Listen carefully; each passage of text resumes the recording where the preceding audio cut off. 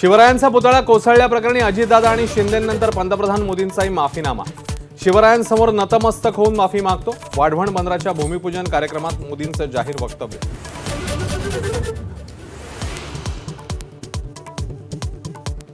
पुतळा कोसळल्याप्रकरणी महाराष्ट्र माफ करणार नाही। मोदींच्या माफीवर विरोधकांची प्रतिक्रिया।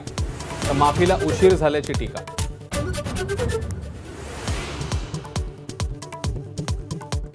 सावरकरांचा अपमान करणाऱ्यांनी अजून माफी मागितली नाही। मोदींचा काँग्रेसवर निशाणा। तर शिवराय आणि सावरकरांची तुलना करणं चुकीचं। पृथ्वीराज चव्हाणांचा पलटवार। पंतप्रधान मोदींच्या हस्ते पालघरमध्ये वाढवण बंदराचं भूमिपूजन। 2019 मधील सरकारने या बंदराला विरोध केलेला। नाव न घेता उद्धव ठाकरेंवर निशाणा।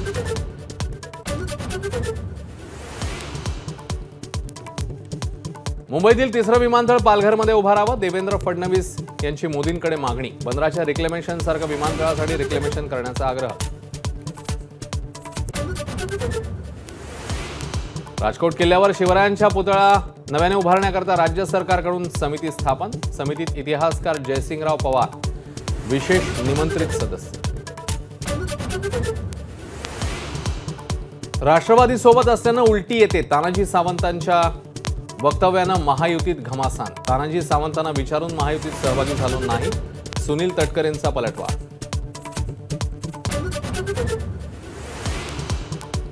देगलूरचे माजी आमदार जितेश अंतापूरकर यांचा फडणवीसांच्या उपस्थितीत भाजपात प्रवेश। काल काँग्रेसमधून निलंबन झाल्यावर अंतापूरकर आज भाजपवासी।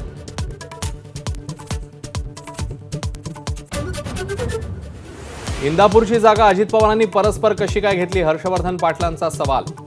भाजपने आपल्या अनुभवाचा उपयोग करून घेतला नसल्याची व्यक्त केली खतखत।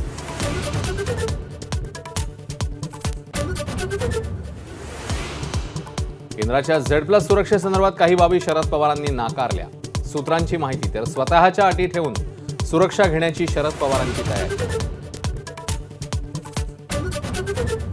आशिया खंडातील सर्वात मोठी शिवसृष्टी नाशिकमधल्या नांदगावात। मुख्यमंत्री शिंदेंच्या उपस्थितीमध्ये शिवसृष्टीचं दिमाखात उद्घाटन।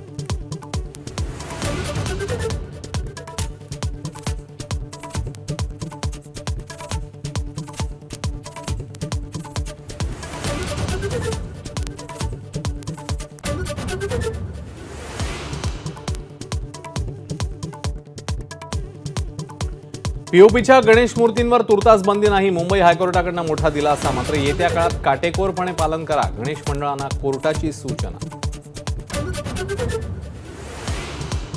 17 वर्षांच्या कॉलेज विद्यार्थिनीचा 2 शिक्षकांकडून विनयभंग। चंद्रपूरच्या वरोरा शहरामधली घटना। दोन्ही शिक्षकांना अटक। पॅरिस पॅरालिम्पिकमध्ये प्रीती पालच्या रूपाने T35 मीटरमध्ये भारताला पहिल्यांदाच कांस्य पदक। नेमबाज अवनी लेखराचा सुवर्णवेध। तर 10 मीटर एअर रायफल प्रकारात भारताच्या मोना अगरवालला कांस्य।